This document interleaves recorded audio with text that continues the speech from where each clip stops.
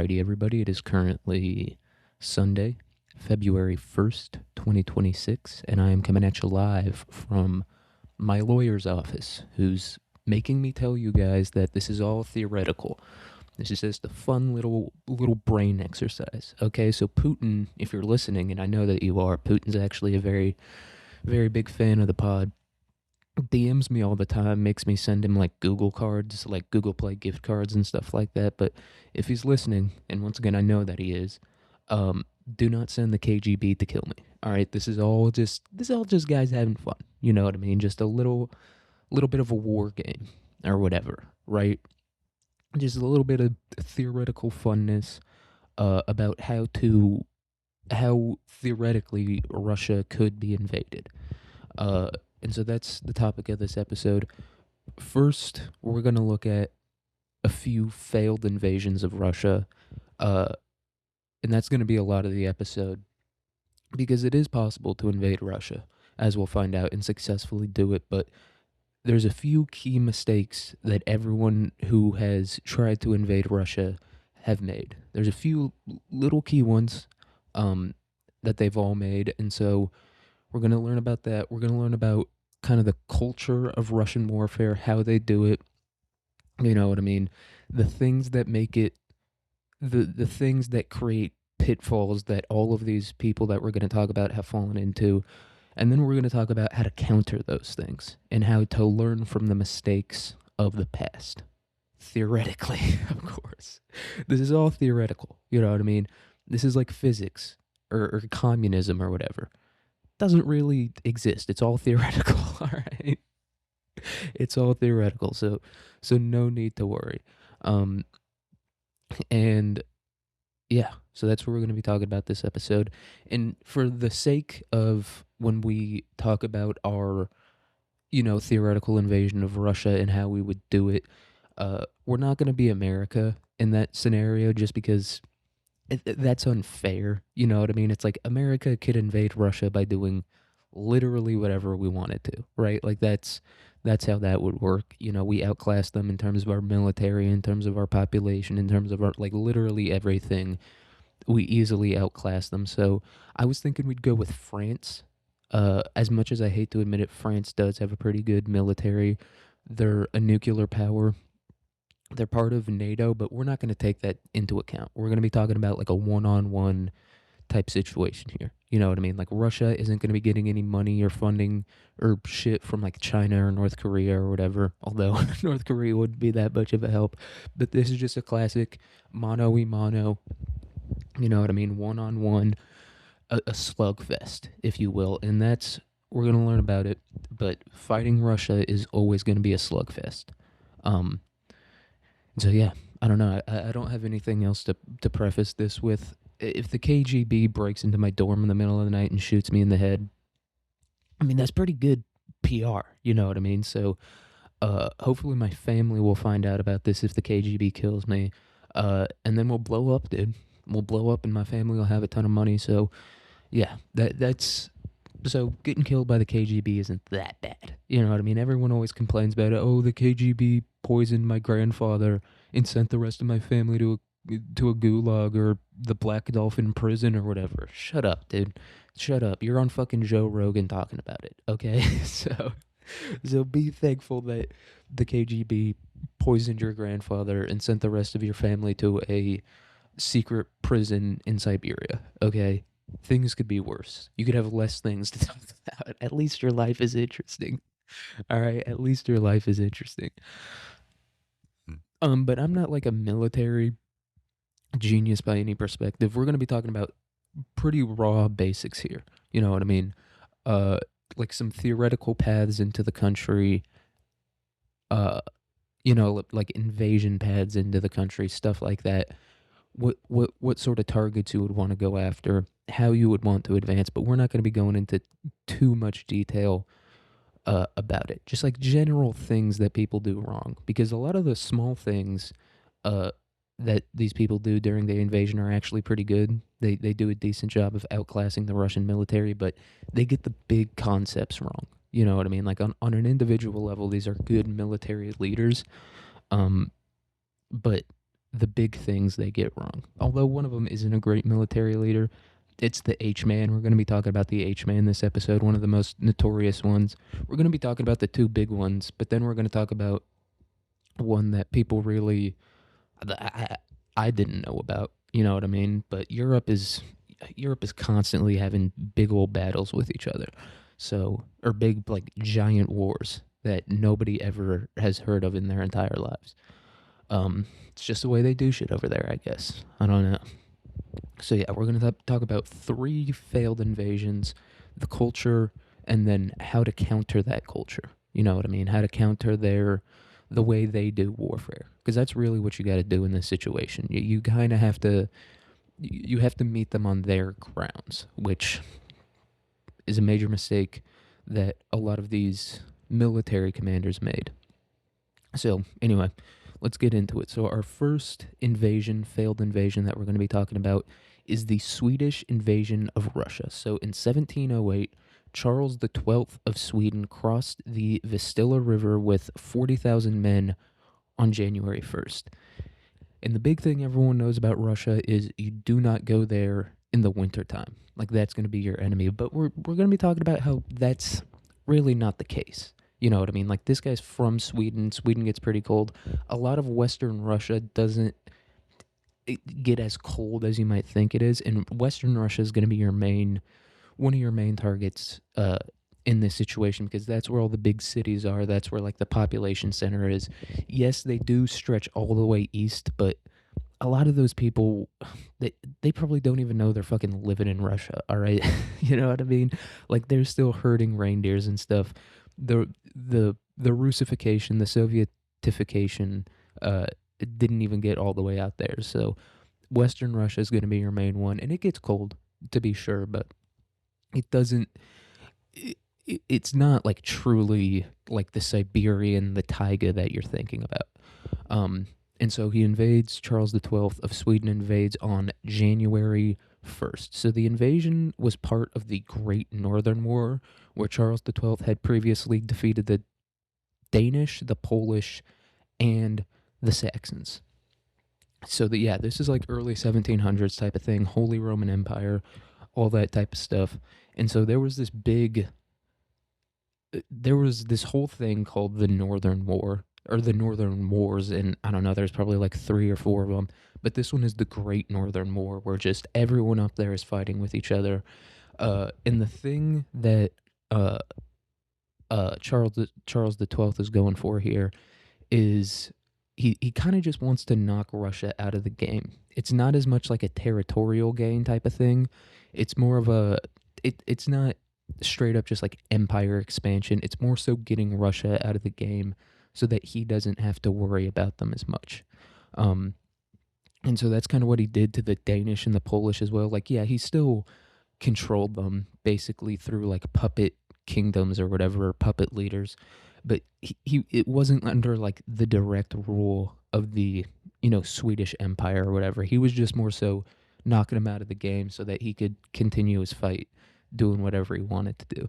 Um, so yeah, that's kind of why he went into Russia. He didn't a lot of I'm sure he would have wanted to control Russia if he could have, but it was a little bit more so like Russia's allies with these people, and so I need to get Russia out of the game so that they can't back up these people that I'm trying to fight right now.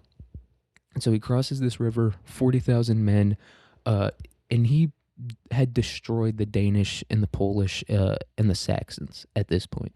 And Saxony is like a state that was part of the Holy Roman Empire. It was like the Holy Roman Empire is weird. We're not going to go too deep into that.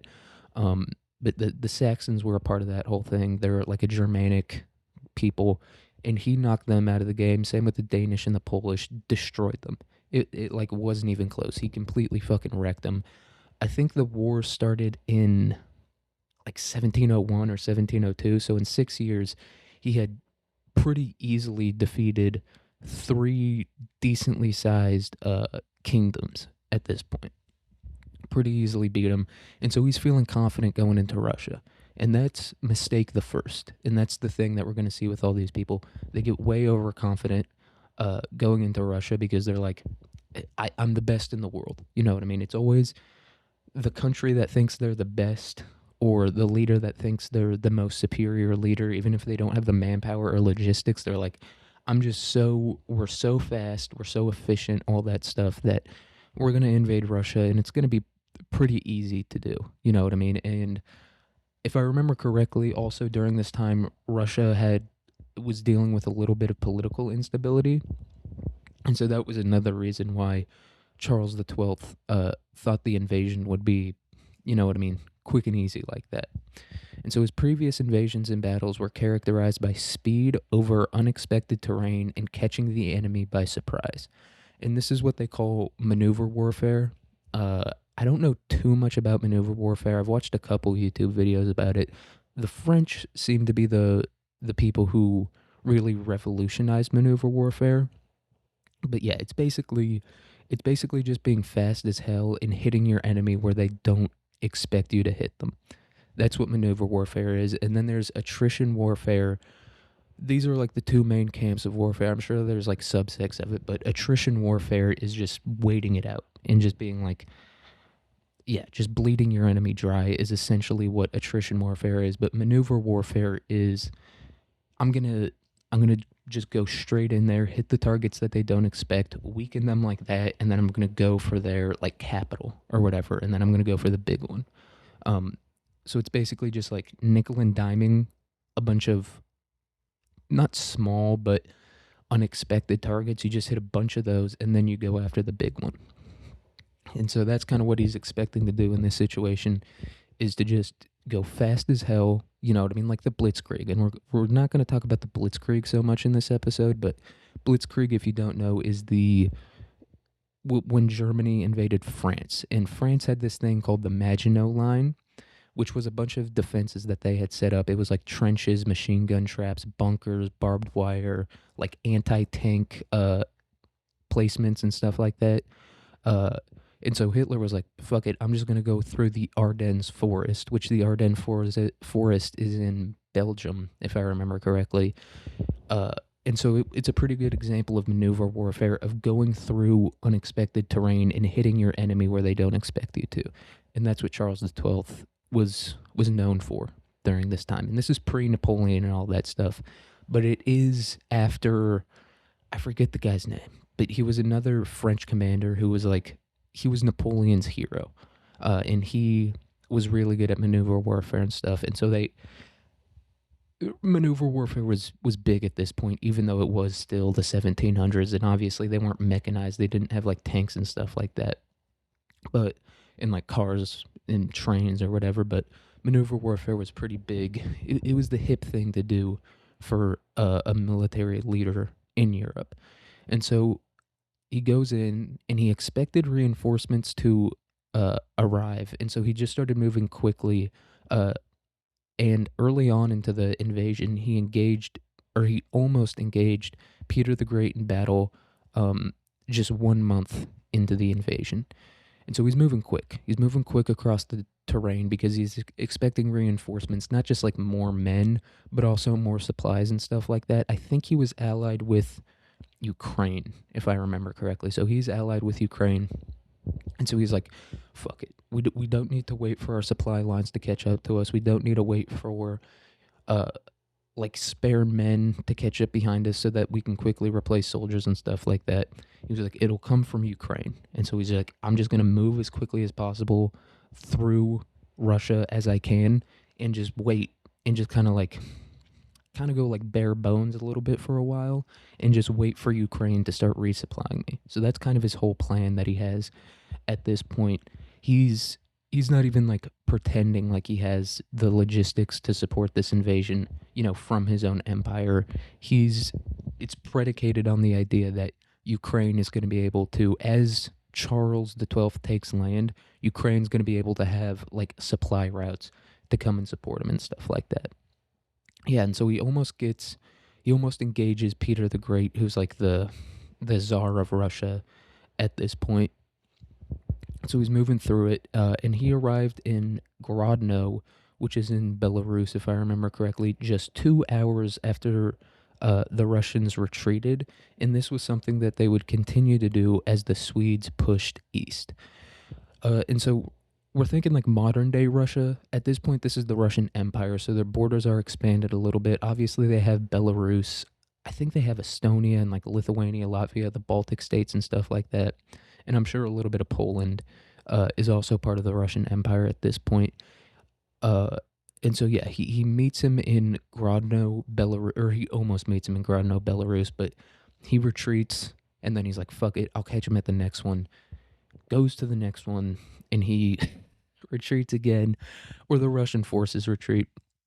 I don't know. Peter the Great might have been back in Moscow at this point, but we're not going too much into detail about exactly where everyone was and stuff like that, and like how they use different wings of the military to get on their flanks or whatever. All you have to know is that Charles the Second is essentially just pursuing Peter the Great and the Russian army with as much speed as he can, completely ignoring logistics from a supply and a manpower standpoint. He's kind of just ignoring that, being like, "Fuck it, we'll go." And so Charles originally planned to live off the land and Ukrainian allies, but Russia's scorched earth tactics and Ukraine's sparse population left him pretty much empty-handed. So this is a big cultural part of Russian warfare, which is destroy fucking everything when you leave. You know what I mean? What did Sun Tzu say? Deny the enemy nice things. It was something like that. But that's a core tenet of Russian warfare: is let the enemy chase you and destroy everything right before you leave. Destroy buildings, destroy farms and stuff like that. Like fuck the civilian population. Like literally fuck them. Who gives a shit about them? We're Russia. We'll gain them back. You know what I mean? And so that's how Charles starts getting really fucked. Like he's feeling himself at first. He's like, I almost got Peter the Great at Grodno. I'm pushing him east, and he's not quite understanding that retreat is a part of the way that Russians fight war. Uh, they trade space for time, because it's such a big country. They have all this land, so you can push them pretty far. So Russia can fall back like pretty far east and still have like enough land to be able to support their army for like a counteroffensive and stuff like that. And so that's kind of that's why the Russians are willing to retreat. And I don't think Charles II really understood that. And obviously, the scorched earth tactics. His people are starving. They're hungry. I'm sure there's a ton of disease and stuff like that. And he didn't really plan for logistics or anything like that. Which, yeah, pretty. That's just like a general shitty mistake to make in any war, is to not plan for logistics. But fuck it. He thinks he's the best. You know what I mean? He's overconfident. He thinks he's the best. He thinks he can, capture Moscow, which we're going to talk about capturing Moscow a little bit later in this. But yeah, he's in a pretty shit situation at this point, but he actually lasts for a while in Russia, longer than you would think for a guy who has no logistics. uh, yeah, and so anyway, he's kind of out of supplies and stuff like that, but he's still pushing. And so the Russians continued retreating, and as the Swedes chased them, the Russians isolated Swedish detachments. So basically, the Swedish would send like a little, I don't know what you would call it, just a little group of people out there, and the Russians would just grab them real quick and be like, fuck it. You know what I mean? You're not part of the Swedish army anymore. And so they're kind of just slowly grinding down Charles II as he kind of blitzes across Western Russia at this point. And so they're isolating Swedish detachments. They're cutting the Swedish supply lines and their communications lines, and they're letting the weather take effect. So yeah, that's the big thing that everyone knows about fighting Russia, is that you don't invade in the wintertime. He invaded in the wintertime, and I'm sure this is a little bit later on, because it was 1709 or 1710 when Charles the 12th officially like lost to the Russian army or whatever.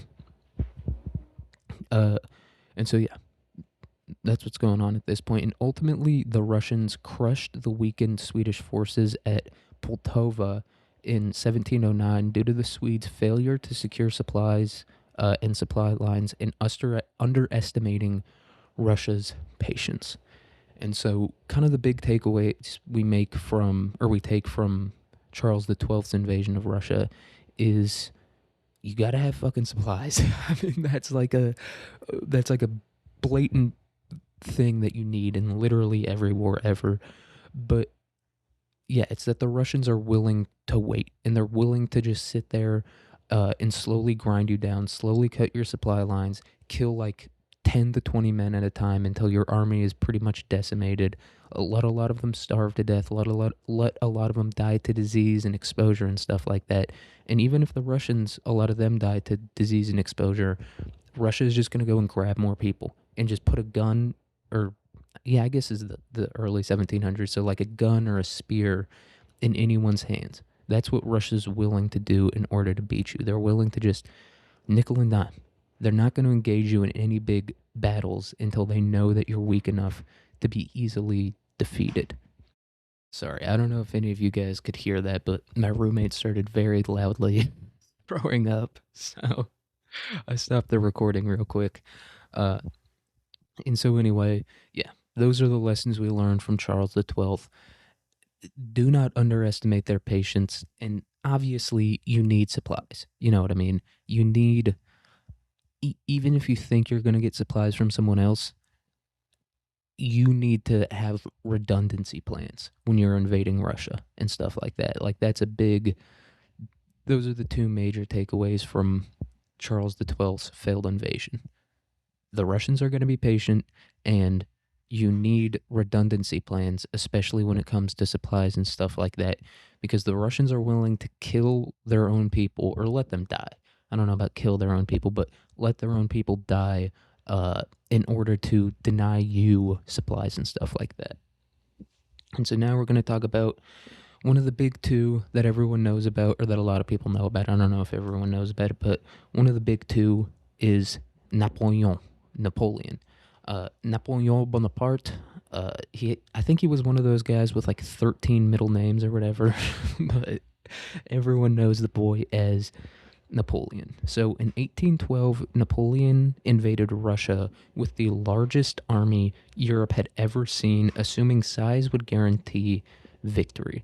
But once again, you're invading Russia. And a big thing that we're going to learn about when it comes to the cultural identity of Russian warfare is the people's willingness to support their empire or support their government or whatever it is. Yeah, they're very willing to do that, and the Russian army has no qualms with taking literally anybody who's willing to fight or even not willing to fight and giving them a gun.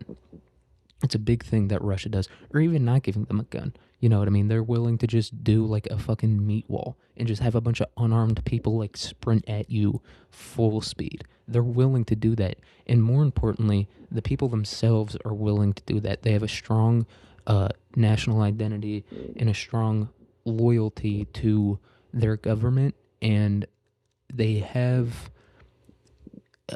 I guess a lack of selfishness. They're a very selfless people culturally, and they understand sacrifice for the greater good in a way that really not a lot of other countries do.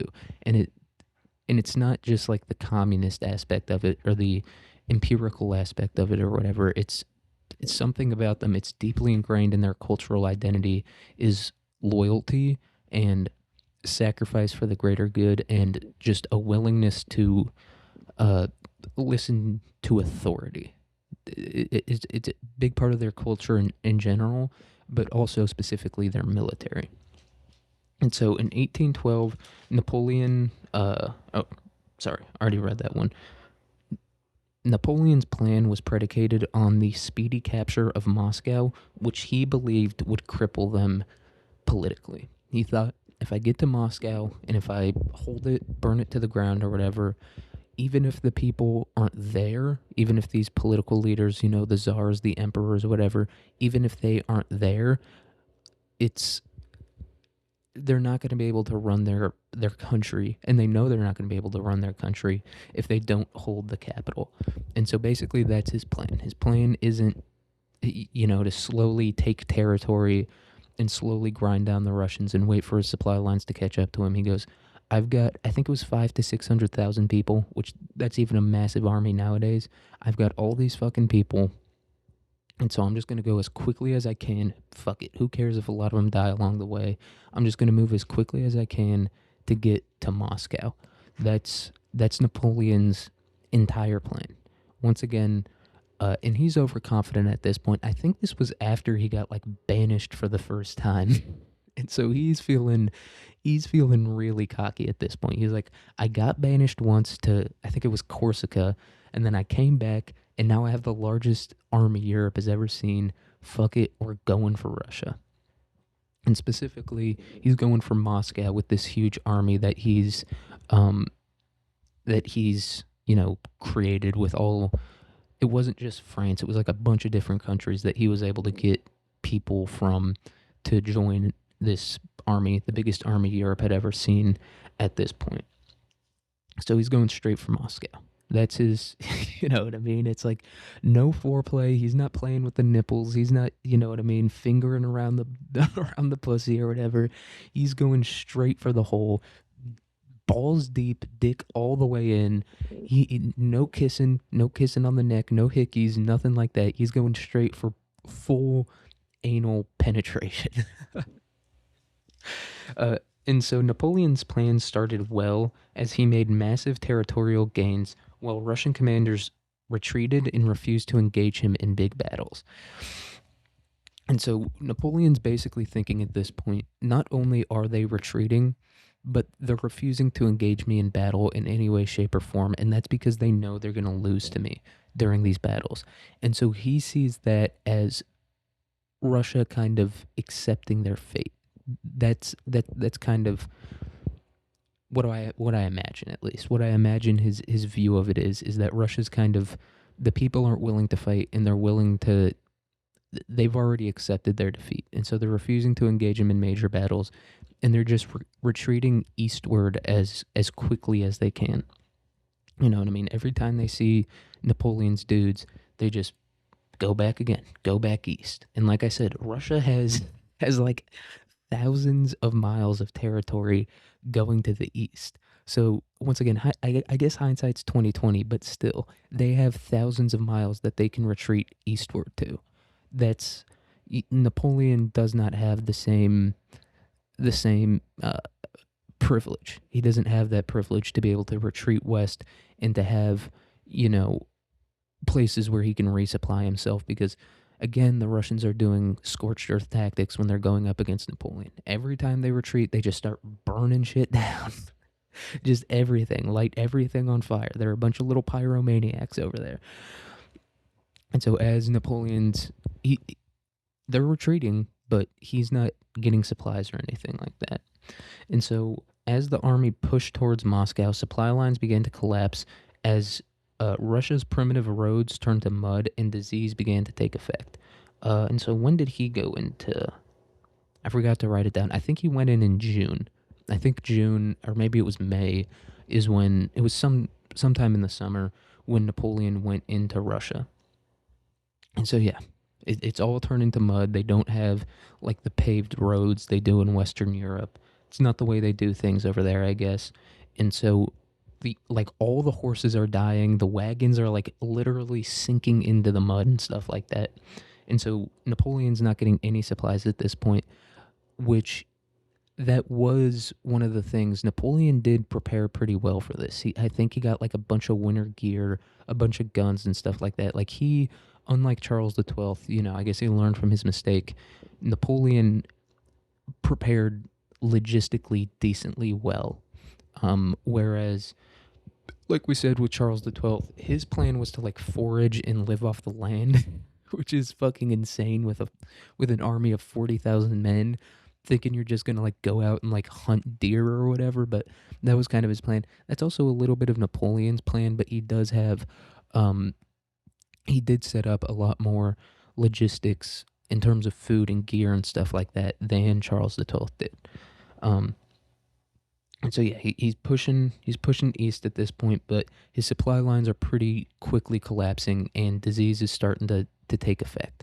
I guess it gets pretty humid in Russia during the summer or something like that. Um, but I do think that this is a couple months after the invasion started, so it's like I think like September-ish at this point when the supply lines really start collapsing and disease really starts taking offense or starts taking effect. And so finally, the army arrived in Moscow only to find it abandoned and burned. But Napoleon stayed for 5 weeks, using his occupation as a bargaining chip. And so Napoleon gets to Moscow, and obviously Russians doing what Russians do. They're like, fuck it, burn it all down. And so Napoleon's kind of taken completely by surprise. Usually Napoleon's the one taking people by surprise. In this case, he's taken by surprise just seeing the capital city that he dreamed of taking and that he thought taking would end the invasion, just seeing it like burned and abandoned, probably especially by the aristocracy uh who's the ones controlling the country at this point. I'm sure they left behind the civilians. Like Russia, they don't give a shit about their civilians. You know what I mean? They really do not care about them. And so I'm sure there was a bunch of civilians there, but the civilians don't really hold any power or anything like that. And so Napoleon's pretty shocked by this, but he still thinks that if he has the capital city, then the Russians will capitulate, maybe not completely, but in some way, shape, or form. But this doesn't happen at all. The Russians like literally refuse to negotiate at all. They're like, no, we're not going to negotiate nothing. We're literally just going to wait you out. And that's the thing that makes the Russians really unique, I guess, is that they just have so much fucking land. Like everyone talks about the winter, but nobody talks about all the land that they have.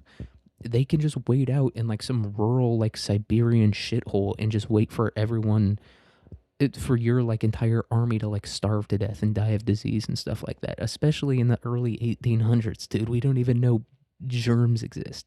So Russia, they're confident that they can just wait Napoleon out at this point. And, you know, we talked about how the supply lines and, starvation and disease and stuff like that had taken effect, but it it was pretty fucked up. Like I think that they were like 1/5 or 1/6 of their original strength at the point that they take Moscow. So they still have 100,000 men, which is a huge army, but not nearly as many as they did when they first started. It's like 20% of their original strength.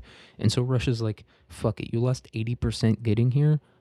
You're about to lose the rest if you stay in Moscow. We burned it all. We burned all the farms. Um, all the rich people left, and so you're not going to be able to get anything out of them. So they're basically just like, we'll wait you out and just let all the civilians in Moscow starve, and then we'll just come back and repopulate it. That's essentially what Russia's doing. And so on October 19th, 1812, the French army left Moscow, and they intentionally avoided the path that they took on their eastward advance. But this is October 19th, dude. Like I said, Western Russia maybe doesn't get as cold as you're thinking, but it does get pretty fucking cold there. And so October, like I lived in Minnesota, dude. October is kind of their start of winter up there. That's when you start getting, freezing temperatures and stuff like that. And so I'm sure Russia isn't too dissimilar to that. And so as Napoleon leaves on this alternate path, right? Because obviously the path they took to get to Moscow, everything along there is decimated because the Russians burned it all down and stuff like that. And so Napoleon knows that. And so he's like, we're not going to be able to get any supplies at all if we take that path. So let's take this other path so that at least we can get something and not everyone here is going to die. And so Napoleon's forces were crushed by quickly advancing Russian forces who forced them back on their original path, where thousands starved, froze to death, and died of disease. So yeah, Napoleon's like, I'm going to take this other path so we can at least get a few supplies. Doesn't happen. Russia forces them back on their original path, and they're like right on the tail of Napoleon and his forces and stuff like that, and they're destroying them. They're pretty easily destroying them because remember, Russia avoided basically any major battle that they could with Napoleon. They avoided it all. And so they have a fuck ton of men, maybe not as many men as Napoleon, but their men aren't hungry. They're not diseased and stuff like that. They've been somewhere, a little bit further east, getting fed and living probably fairly comfortably compared to Napoleon's forces and stuff like that. And so they're destroying them, uh, not only because they have more men, but because their men are more well fed and stuff like that. And that's a big thing you got to remember is that if you're invading a country, you're probably like certain to take more losses than the country you're invading, unless you're America. But that's just because we're the best. Uh, so anyway, that's what's happening. Napoleon returns with like he returns with like four dudes. He started out with 500,000 at least, and he returns with like 12 guys. uh, and so, yeah, some key takeaways from Napoleon's invasion is that Napoleon preferred speed over logistics, and he lacked an understanding of Russian warfare, and he had no plan for prolonged occupation. And that's a big thing that you got to have if you're going to take Russia, is you're going to have to occupy them for a long time. And so he had none of that stuff. Really lacked in not only lacked an understanding of the warfare itself, but also politically how it worked. He thought if he took the capital that everything would just crumble, but the Russians had contingency plans for that. Sorry, my roommate's throwing up again. Violently, dude. Violently throwing up, but fuck it, we're gonna work through it. And so anyway, that's why Napoleon's plan failed. I don't know if you guys can hear that. Sorry if you can hear that, but that's why Napoleon's plan failed. Um, yeah, just a lack of understanding, and once again, made the same mistake as Charles XII, preferring speed over logistics and stuff like that, and not having redundant plans for logistical supplies. And so now we're going to talk about the other big one that a lot of people know about, which is the H Man. We're going to be talking about that guy. The guy everyone knows, the most evil guy to exist in the history of the world. Allegedly. Allegedly the most evil guy to exist in the history of the world. And also, as we'll find out during this, the guy kind of had one good military idea and thought he was the shit. Obviously, Hitler was an egomaniac and all that stuff, but I mean, it's really crazy. Like, we talked about the Blitzkrieg. That was like his one good military plan, and he just thought that every idea he had afterwards was a good idea, which that is a symptom of taking meth. Like, every meth head believes they're always on like the fringe of becoming a billionaire. Meanwhile, they're living in like an abandoned trailer that they heat using a trash can fire. And so that's basically what Hitler is. He's basically a meth head, and so obviously he's overconfident. And so Hitler invaded Russia on June 22nd, 1941, with the intention of destroying the Slavs and the Judeo Bolshevism, and to gain farmland and oil for the German people. And so, yeah, this was empire building right here, or empire expansion. That's what Hitler's intent was to expand his empire, his German empire, and to destroy the Jewish Bolsheviks and to kill all the Slavs. And that's going to be obviously one of his big mistakes. Made a lot of mistakes, but one of his big ones was, he treated the people. So this is the Soviet Union at this point, but it's Russia. It's culturally Russia. It's the same exact thing. And so this is technically the Soviet Union, and the Soviet Union subjugated a lot of people and treated a lot of people like shit. But Hitler Hitler famously treated people pretty badly as well. And so that's going to be one of his big mistakes that he makes. Although I do agree with him. Slavs aren't white. To me, the only white people are Germanic whites. So like the English, the Germans, maybe the French, the Scandinavians, definitely not the Polish. The Polish aren't white. Definitely not like the Iberians, the Spanish and the Portuguese. So I do agree with Hitler on that. They're not white. I don't know if that means they all have to die or whatever. I don't think I agree on that, but they are not white. So I just wanted to get it out there that I agree with Hitler. But anyway, that's his. So his plan is not only motivated, militarily, um, and in terms of empire building and stuff like that, but it's also pretty politically motivated. Which, if you're invading Russia, you kind of have to leave the political bullshit at the door. You're gonna have to be like, abandon whatever, political hopefulness that you have. You know what I mean? Your political ideals. Just leave them at the door. And so that's another one of his big mistakes. And so anyway, Hitler's front that he would use to invade Russia stretched from the Baltic Sea, which is it's that it's where like Estonia and all that stuff is. He wasn't in Estonia, but that's kind of where the Baltic Sea is, like the northern coastline of Poland. That's the Baltic Sea. So it stretched all the way from there down to the Black Sea, and he advanced into the Soviet Union without forewarning. And so there was a little bit of forewarning when I was reading about it. There was this one German communist who ended up defecting to the Soviets, and he told the Soviets, I think it was maybe like a few days or a few hours before the Germans ended up invading the Soviet Union, but he told them that the Germans were coming, and this ended up reaching Stalin. And Stalin was like, fuck it, he's lying. He just completely chose to ignore it because, I mean, they did sign the Soviet Nazi pact of non-aggression after they both kind of invaded Poland and split it in half. But I mean, you can't exactly trust Hitler. He's not the most trustworthy guy. He's got a lot of negative qualities about him, and I would say one of those qualities, negative qualities, is you can't trust the guy. You know what I mean? But they completely ignored it, and they didn't declare war on Poland or whatever. It was a nice little sneak attack. They learned from the Japanese. Sneak attacks are the shit, I guess, is what they learned from the Japanese. But anyway, he has this huge line it's basically across Europe. It is how big this line is. It's like from the middle of Poland down to Ukraine. So it's a wall essentially of people.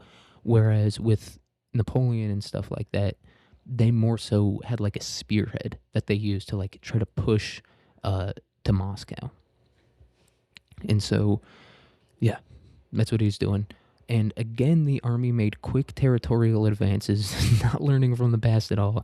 And millions of Soviet troops were encircled and captured. And again, supply lines became thin and bogged down in the mud.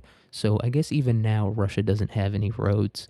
But another thing that they did was a lot of their manufacturing was in this western portion of Russia um, where the population centers are and stuff like that. But Russia did something which is, I mean, fucking insane. Like, there's no way to plan for this.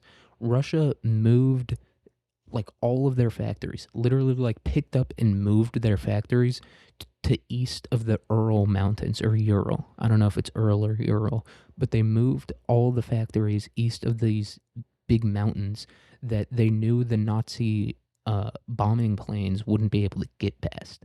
And so that's, I mean, as much as I want to talk shit and be like, this guy was a fucking moron for trying to invade Russia with no supplies and stuff like that, they they did the most insane thing. It's literally absurd. Like, you cannot understand the like logistics it took to do this, and I'm sure like thousands of Russian civilians died over the course of this. But yeah, they moved all their factories east of the Ural Mountains, I think, like as Hitler was invading them. So as Hitler is making these insane territorial advances and the Soviets are just retreating and getting captured and stuff like that, these factories are getting moved. Like, literally, they're disassembling the factories and then moving them to the Ural, or past the Ural Mountains, where the Russian bombers won't be able to get past. So yeah, Hitler didn't really plan super well logistically. Like I said, he invaded, what was it, June 22nd? Whatever. I think that's when he invaded. Um, yeah. Oh, well, what was my point there? Yeah, so Hitler doesn't have logistics and stuff like that, but he's has the same mindset as Napoleon and Charles XII, which is, I'm just going to take it super quickly. And that's just going to kind of be the entire plan. Um, but still, you can't plan for them moving all of their all of their factories east of this mountain range.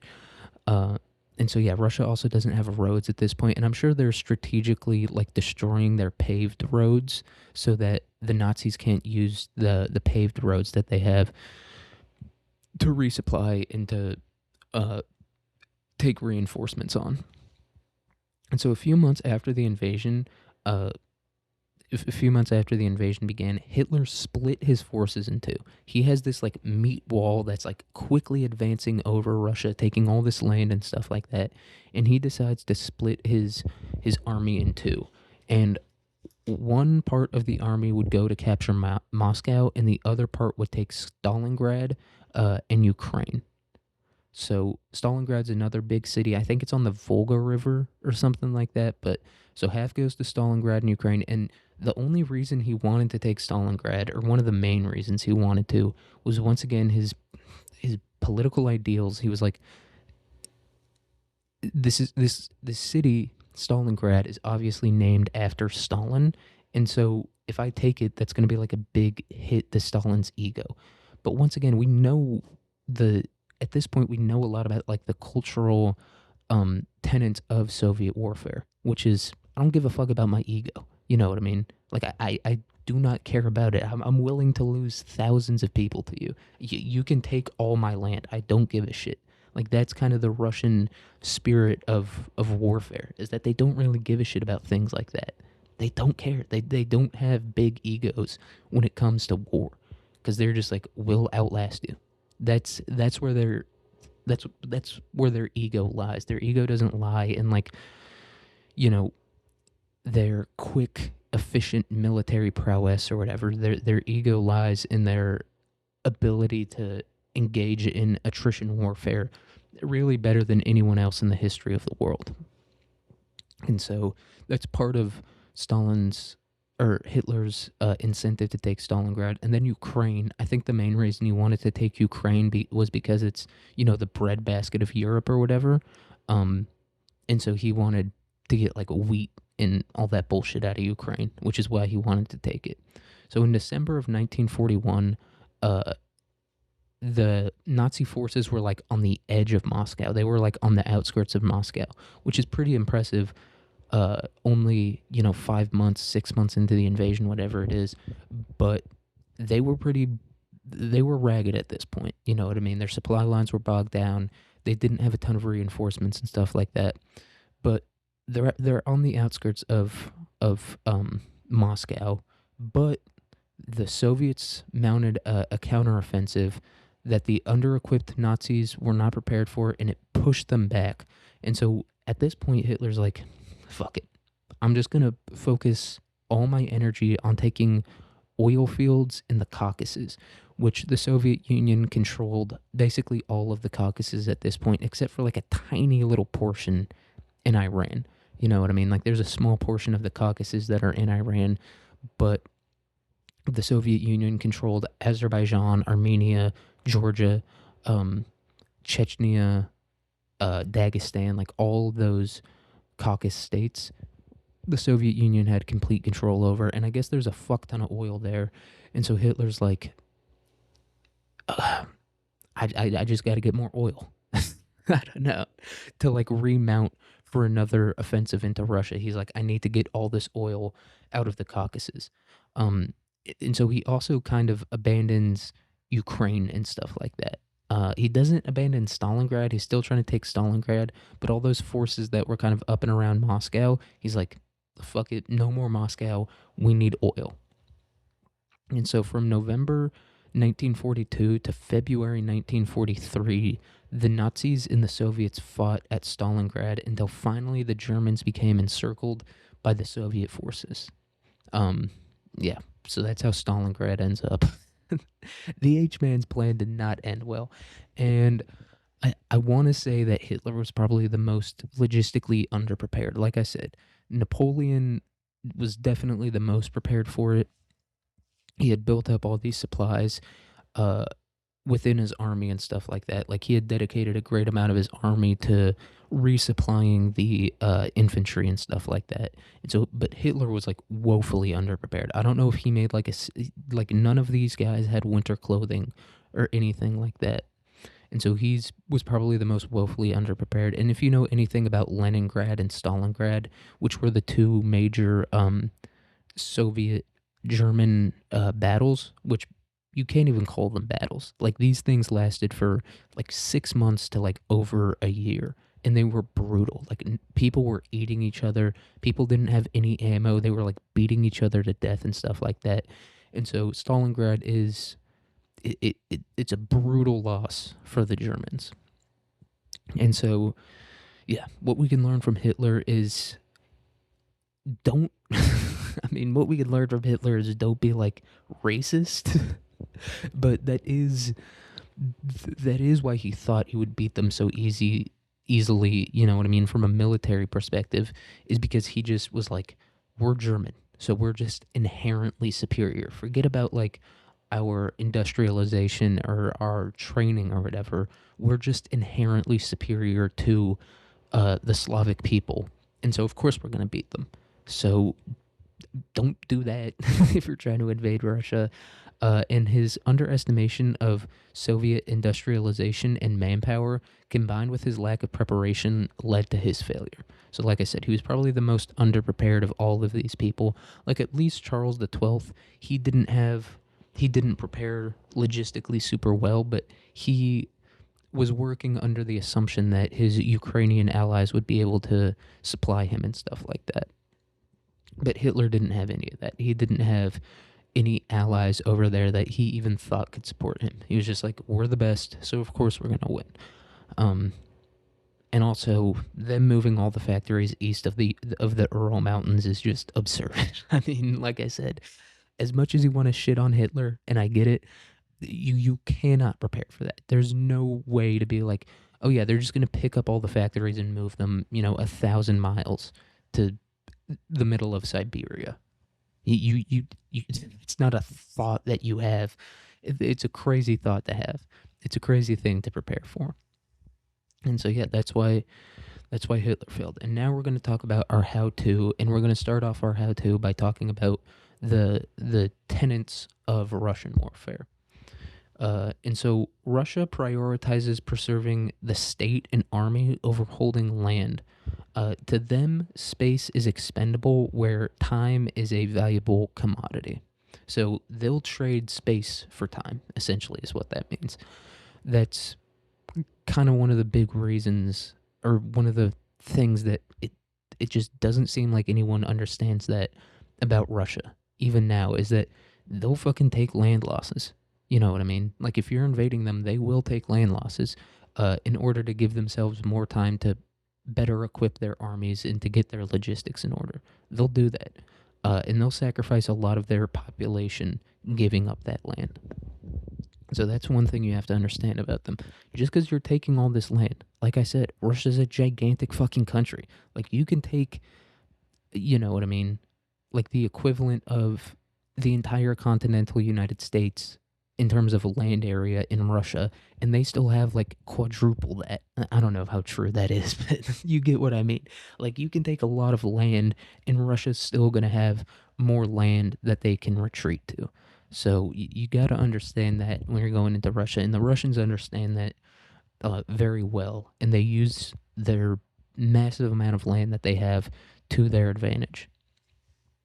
And so, yeah, they'll trade space for time. That's how I'll sum that up. And so Russia wears out its enemies through attrition and its ability to absorb massive losses as long as key strategic objectives are met. So this kind of sounds contrary to the willing to trade space for, you know what I mean, having more men and stuff like that.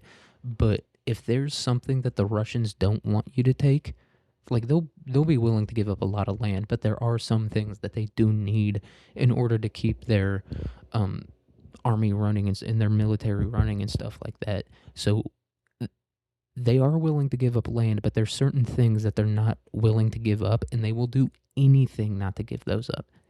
Anything. You know what I mean? Like a lot of other countries would capitulate at that point and be like, we'll have a backup plan. Russia, they don't do that. Even if they do have a backup plan, which they kind of always do, they like Stalingrad, for example. Stalingrad is super important to shipping routes. I think it's along the Volga River. I forget. I'm pretty sure it's along the Volga River. I might be wrong though, but it's along a super important river that's uh that's super important for supplying their soldiers and stuff like that. And so that was one of the reasons they just weren't willing to give it up. And the Germans learned that lesson there because they the Russians were starving, like literally starving to death, didn't have ammunition. They were literally being like asphyxiated militarily, and they were still holding on to Stalingrad. Um, and so that's something you gotta understand about them. And like I said, attrition warfare, Russians really are the best at it. Like I said, Napoleon captured their capital, you know what I mean, and held it for 5 weeks, and they still didn't even begin to negotiate with him. And so they are the best at waiting. that's that's one of the things we learn from them is that they're amazing at just sitting there like a fucking like a fat spoiled child and just being like, I'll wait. You know what I mean? Russia will do that. Uh, and so that's how they wear you out, is that they'll just throw like these meat walls of people at you and then just kind of wait and just let you take losses. Um, and so, yeah, like, and mentally, also what that leads to is you're like, I just killed, 100,000 people or whatever it is, and the people are still fighting me. And so, kind of mentally, you're like, they're fucking insane. Like, what? How has Russia convinced their populace to fight so fiercely for like this city that's just like on the river? I get that it's an important city and stuff like that, but these people are they're just fucking psychos. Like that's what that does to you mentally when you kill so many of them and still more keep coming. You know what I mean? Not just in terms of being like, oh, they have a super big population, but that population is willing to look at the carnage that you have caused and still fight you. That it does something to you mentally. And so everyone is integrated into the war on some level, which allows Russia to have redundancy as opposed to precision. So I think, what do they call this? Total war or whatever it is. Like everyone's involved in the war effort on some level, which America achieved during World War II, but really at no other time have we achieved total war like that. You know what I mean? We're just literally every single thing that everyone does is to feed the war effort. And that's one of the things that makes Russia unique is that they have this huge, giant population, but not only that, the entire population at the snap of a finger, at the drop of a hat, is willing to sacrifice their sons, sacrifice their lives, sacrifice their anything to keep the war effort going. You know what I mean? Everyone's willing to work in a factory and to build planes and bombs and to, you know what I mean, go into battle and stuff like that. And not just the men, the women too, man. It's crazy. And so, yeah, they just have redundancy. They don't need the best planes or anything like that because they know that everyone's going to be willing to work in the factories and work in the mines that produce the iron to make the planes. And so they're just like, we'll just pump out 10,000 shitty planes while you pump out, 1,000 super good, precise planes. And that's like their whole war plan. It hinges on that. It hinges on the people's, just readiness and their willingness to sacrifice everything they have for their country, no matter what. No matter what, they're willing to do that. And so Russia as stubborn as they are, they do adapt to changes, and they're quick to abandon pre-war assumptions while still maintaining the value of command within its armies. And so, basically, what that means is Russia's. We know that they're willing to give shit up. You know what I mean? They're willing to give up land, and they're also willing to give up ideas that they have about how the war should be fought. Like a lot of countries are their culture of warfare is based around like a central like tactic or idea, and it's like we're just gonna do that, and that's gonna be our entire plan. Whereas Russia is like, fuck it, we thought that's how we should have fought it, but clearly it's not how we should fight it, so fuck that, we're gonna go with this other plan now. But also while doing that, their soldiers remain incredibly obedient, and really the orders of superior officers are like never questioned. You know what I mean? Like I said, something about Russia culturally, I don't know what it is. I'm sure some anthropology nerd out there knows what it is, but they love authority. They just really they love authority, and they're willing to listen to it kind of no matter what. And so that's kind of a unique thing that Russia has, where as other armies would be like, okay, we're going to change the plan, right? And then the people, the soldiers and stuff like that would be like, fuck, you guys have no idea what you're doing. You're changing the plan in the middle of the war. Fuck you. I'm not listening to you, right? That's what would happen in a lot of armies. But with the Russian military, that doesn't happen so much. And so that's a big thing that they have. And also weather. That's just the final thing that I wrote down. They not only have bad weather, but they understand how to use it to their advantage. Like they'll retreat all summer long and then wait for winter and just push forward.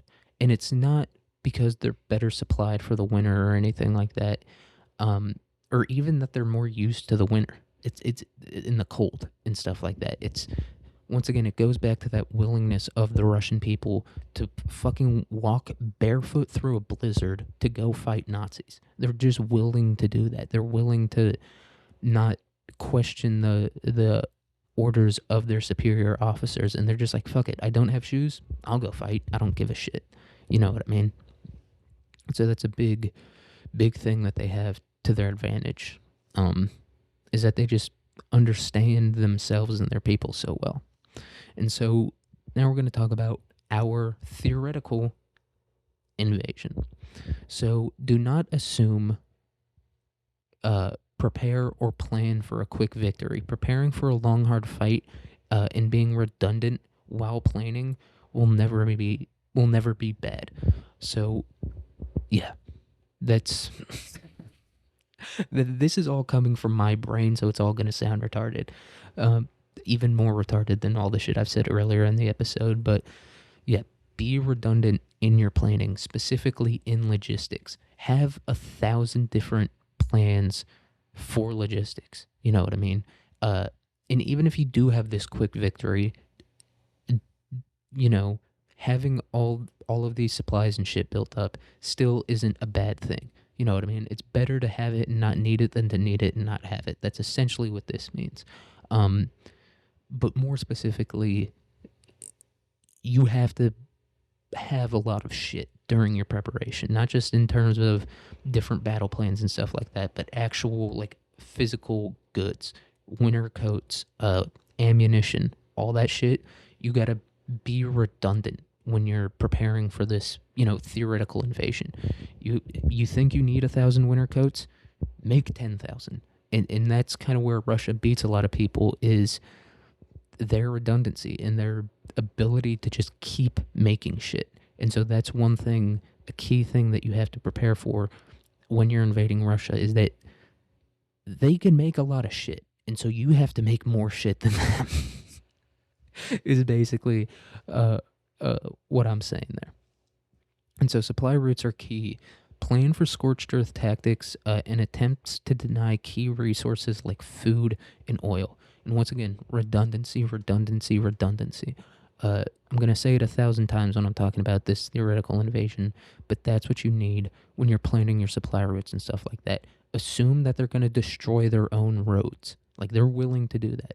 You know they're willing to do that. They're willing to destroy their own roads so that you cannot supply your soldiers. Um, they're willing to burn down their own fields and stuff like that. And so you got to have some sort of contingency plan for that. You have to have a ton of engineers and a ton of people who can build roads for you. And so that's what I'm saying there. You have to plan alternate supply routes. Fuck it, even if you have to build a new road. Like I said, when you're fighting Russia, it's going to, in some way, shape, or form, be attrition warfare. And so fuck it, all you got is time anyway. So use that time to build roads and to build strong supply lines, because that's one of the ways that they're going to end up beating you, is by just waiting you out while your supply lines get bogged down in the mud and on the shitty roads that they themselves had destroyed while they were retreating. So yeah, that's a big thing you gotta prepare for. Redundancy. And don't make any assumptions that you're going to be able to get resources once you're in Russia. And what I mean by that is, like, take resources from the Russia, capture supplies and, oil pipelines and stuff like that from them. There's a good chance that they'll just blow up their own oil pipelines and just be like, fuck it, we're just fighting without oil pipelines now. Like, that's, like we talked about, they're very good at adapting. They're not an army that, I don't know how to describe it. They're not like an army that's like fluid or whatever, but they do have an ability to adapt, and not even adapt sometimes. Sometimes they're just willing to fight a war without oil. It's just what they're willing to do. And so, yeah, do not assume you're going to get any food or oil from the Russians themselves, from, captured land and stuff like that. That's kind of what I was saying there. So our next point here is, do not give chase. Prepare for counteroffensives and allow supply lines to catch up to your forces while treating civilians well. That final one is very important. The Russians are, like I said, very, very loyal to their government, very loyal to their military, willing to lay down their lives and stuff like that. And that was one of Hitler's big mistakes, was he subjugated a lot of the people that he captured, treated them very poorly, and so therefore they kind of have no incentive to help you. You know what I mean? They're already very loyal to their government and stuff like that. But, I guess in the case of Ukraine is a good example. Hitler treated the people of Ukraine, he treated some of them good, but also treated some of them very poorly, and was actively, subjugating Slavs in countries that he had previously captured. And obviously Ukrainians are Slavs, so they're going to see the way that the Nazis have been treating the Slavs in, Poland or whatever, and they're going to be like, well, if they treat them like shit over there, then they're probably going to treat us like shit over here. So, yeah, that's kind of one of the big things that made Hitler fail, was he didn't have any local support, and you're going to have that. And then obviously, like we learned about, Russians are willing to trade space for time, and that's what a lot of these other leaders didn't understand. And so they ended up just being like, fuck yeah, we're winning, they're retreating, let's go. And they pushed so far east that their supply lines either completely broke or became so thin that they couldn't support their militaries in any meaningful way. And so, yeah, when the Russians retreat, let them retreat. Don't chase them, okay? Just let them retreat and wait for your supply lines to catch up to you. And yeah, so that's one of the key points we got there. And so our next key point is that there is no head of the snake. As loyal as Russians are to their government, if you kill Putin, someone's just going to come in and replace him. And then the Russian people will be loyal to that guy now. So there is no head of the snake. You got to put the snake in a fucking blender. All right, you got to completely destroy leadership, military leadership and political leadership and stuff like that. So you got to completely fucking destroy it. You can't cut the head off the snake. You got to put the snake in a fucking blender. All right. Destroy enemy forces and placate the masses while taking out key infrastructure. And preferably you do this in advance or simultaneously to the invasion. And that I get that that's logistically very hard to do, to be like, all right, we're gonna fight on kind of two fronts or whatever. But I guess what I'm saying is do that through the air. Use whatever air power you have, even if you have to take losses. Like I said, this is an attrition war. You're gonna take a lot of losses. So be willing to take those losses in the air, as long as you take out key pieces of manufacturing and industry and stuff like that. Fight how the Russians fight.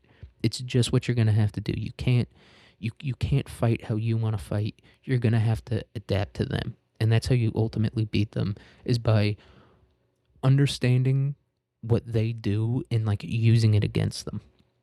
You know what I mean? Uh and not having any assumptions about your superiority, whether it's like a military superiority, or like in Hitler's case, a racial or like ethnic superiority. So you gotta kind of do what the Russians do and leave your ego at the door a little bit. Leave it there. Whereas with other people, you can kind of have that ego, but with Russians, they're going to grind that ego up. They're going to destroy you and your forces, like psychologically. They're going to break you down like that. And so you got to be willing to take losses against them. And integrate the weather into your strategy as the Russians do. The Russians do not view the weather as an obstacle, they view it as a tool that can be used. Like I said, they'll retreat the whole summer long, wait for winter to hit you, take out a bunch of your dudes, and then come and kill you. So, yeah, that's how you beat Russia. I don't know. I guess you'd probably want to go through Poland, but it doesn't really matter. Like I said, it doesn't really matter. You're going to be probably taking a lot of land either way. And so it doesn't really matter which way you try to invade it. It's going to kind of be the same shit, different toilet, no matter what. They're still going to be willing to wait you out. They're still going to be willing to let their civilians die and stuff like that. And that's how they'll theoretically beat you. It's a very hard country to invade. Everyone calls Afghanistan the graveyard of empires. Yeah, I'd say Russia's just as much the graveyard of empires. You know what I mean? Like, that's kind of the ultimate reason why the Nazis lost. It's why Napoleon lost. It's why Charles XII lost. You know what I mean? There's no Empire of Sweden. And so yeah, that's all I've got for this episode. All theoretical once again. But I hope everyone listening to this has a good day, a good week, a good year, a good life. We got a few new followers on Spotify, a few new subscribers. And so yeah, thank you for all that. Have a good day, good week, good year, good life, and I'll see you guys in the next episode. Ping.